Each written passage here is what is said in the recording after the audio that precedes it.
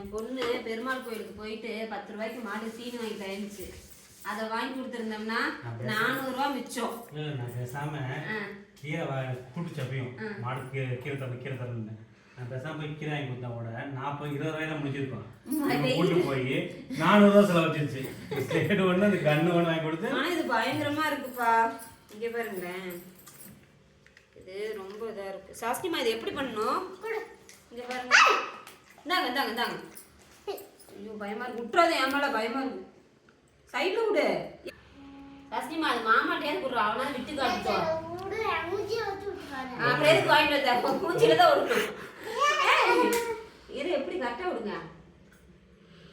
என்ன ராமர் பில்லுற மாதிரி தான் விடணும். போக மாட்டேங்குது. இல்லாட்டி அந்த துப்பாக்கி கொடுப்பா. சஸ்தி இதுக்கு என்ன போடணும்? ஒட்டிக்கிச்சா? ஏ சூப்பர். இந்த கண்ணு விட்டுச்சுப்பா. லாக் பண்ணிட்டு ஓ அவ்வளவுதானா? பெருமாள் கோயில்ல நல்ல தரிசனம்ப்பா. நல்ல தரிசனம். பக்கத்துல கும்பல். ஆனா நான் இன்னைக்கு தான் பக்கத்துல இருந்து நம்ம ஊர் பெருமாளை நான் பார்த்தேன்.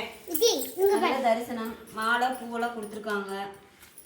எல்லாரும் நல்லா இருக்கணும். இதெல்லாம் கட்டிருப்பா. தாமரை பூ கட்டிரு. தாமரை பூ இதழ். ஓகேவா?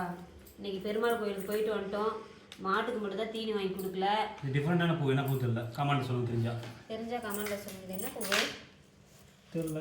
தெரியல. தெரிஞ்சா சொல்லுங்கப்பா. பெருமாள் கோவில்ல இருந்தது. ஓகே அண்ணா எடுத்து வந்துட்டீங்க.